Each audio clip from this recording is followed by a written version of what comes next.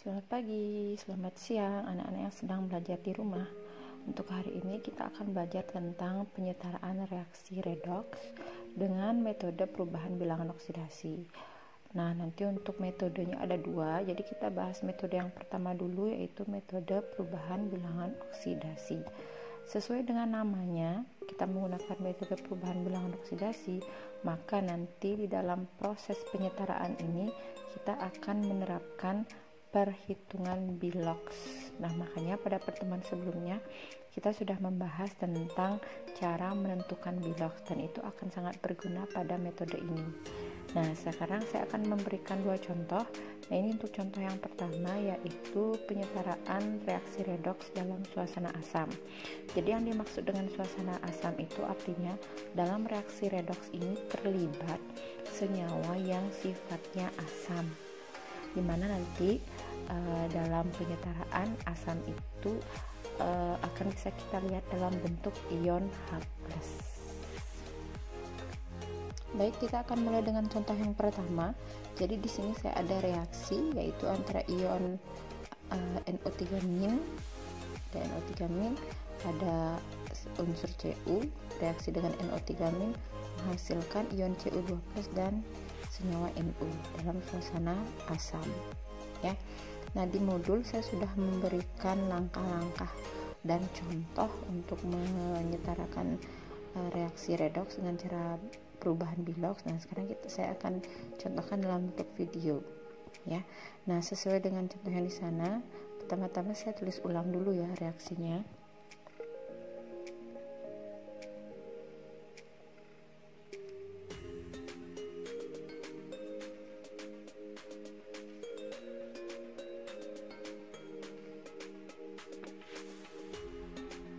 Nah, sudah saya tulis ulang.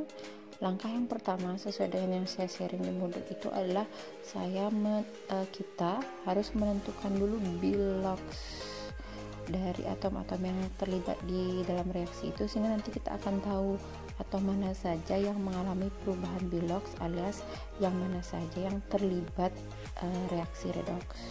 Jadi saya tentukan satu persatu. Saya mulai dari Cu, karena dia di sini berupa unsur bebas, maka biloksnya adalah 0. Saya taruh di sini. Kemudian yang di sini ada NO3-, jadi ada atom N dan atom O. Nah, jadi yang saya gunakan patokan pertama adalah O, sesuai dengan yang kita pelajari di pertemuan sebelumnya, bahwa O itu biloksnya adalah -2. -2 dikali 3 berarti -6. Nah, sehingga untuk biloksnya N itu adalah +5. Jadi kalau kalian jumlahkan, +5 ditambah -6 itu sama dengan muatannya itu -1. Oke, kemudian di sini ada Cu2+. Untuk ion, biloksnya itu sama dengan muatannya, berarti di sini biloksnya adalah +2 sesuai dengan muatannya yaitu 2+. Kemudian yang di kanan ada NO. Untuk O-nya masih tetap sama, yaitu -2, sehingga N-nya adalah +2. Nah, sehingga akan terlihat yang mengalami perubahan biloks adalah Cu dan N. Ya, itu langkah pertama. Langkah kedua adalah kita memastikan koefisien zat yang mengalami perubahan biloks itu setara atau sudah sama, atau jumlahnya sudah sama. Misal seperti Cu, di kiri Cu ada 1, di kanan juga ada 1, berarti sudah sama. Untuk N di kiri ada 1, di kanan ada 1, berarti sudah sama, ya. Nah, sekarang kita lanjut langkah ketiga.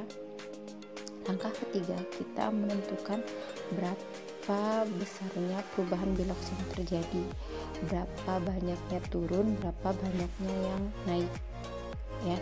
Berapa terjadi peningkatan, berapa terjadi penurunan biloks. Kita mulai dari Cu. Saya buatkan garis sebagai penanda. Cu mula-mula di ruas kiri biloksnya adalah 0, di ruas kanan menjadi +2.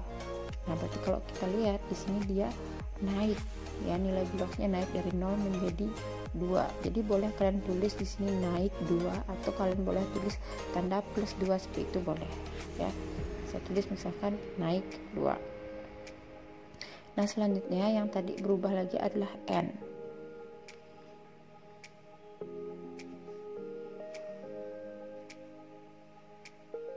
dari plus 5 di positif 5 menjadi positif 2. Berarti terlihat ya, ini biloxnya turun atau mengalami penurunan bilox. Turunnya itu sebanyak 3, turun 3. Langkah keempat adalah menyamakan jumlah bilangan oksidasi yang naik dan turun. Di sini naiknya 2, turunnya 3 kan belum sama ya, maka kita samakan. Jadi kita cari kelipatan yang sama antara 2 dengan 3. Jadi kelipatannya yang sama antara 2 dan 3 itu kan 6. KPK-nya ya, kelipatan persatuan terkecilnya kan 6. Maka di sini kalian kalikan 3, berarti di sini dikalikan 2. Sehingga naiknya totalnya menjadi 6 biloxnya, turunnya juga total bilox yang turun juga nanti adalah 6. Oke. Langkah yang kelima. Langkah yang kelima adalah pengali pada kenaikan dan penurunan bilox ini itu sekarang menjadi koefisien. Ya, jadi pengali pada bilox yang naik ini, jadi ini ada pengali sebanyak 3, ini ada kali 2. Pengali ini sekarang menjadi koefisien reaksi yang baru. Nah, jadi kita tulis reaksi yang baru di bawah. Ini dikali 3, berarti Cu dan Cu2+ itu dikali 3. Sehingga menjadi 3Cu. Di ruas kanan berarti ada 3Cu2+. Nah, kemudian ini untuk yang NO3- dan NO itu dikali 2. Sehingga akan menjadi 2NO3-. Di ruas kanan ada 2NO. Nah, selanjutnya langkah yang keenam, kita menyamakan jumlah atom O. Di ruas kiri kalau kita hitung nih 2 dikali 3 ada 6 atom O. Sementara kalau di ruas kanan itu ada 2. Berarti di kanan kurang lagi 4 O.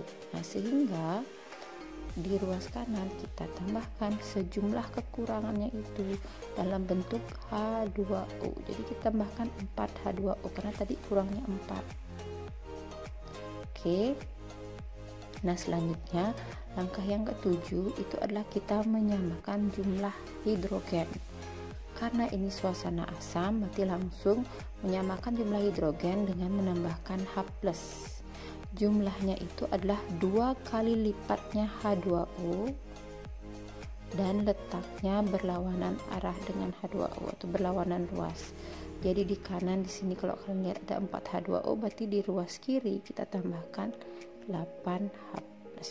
Nah, kemudian untuk langkah yang terakhir kita cek dulu, pastikan bahwa sudah setara dalam artian jumlah atom di ruas kiri dan di kanan sama, kemudian jumlah muatan di ruas kiri dan di ruas kanan sama. Kita hitung.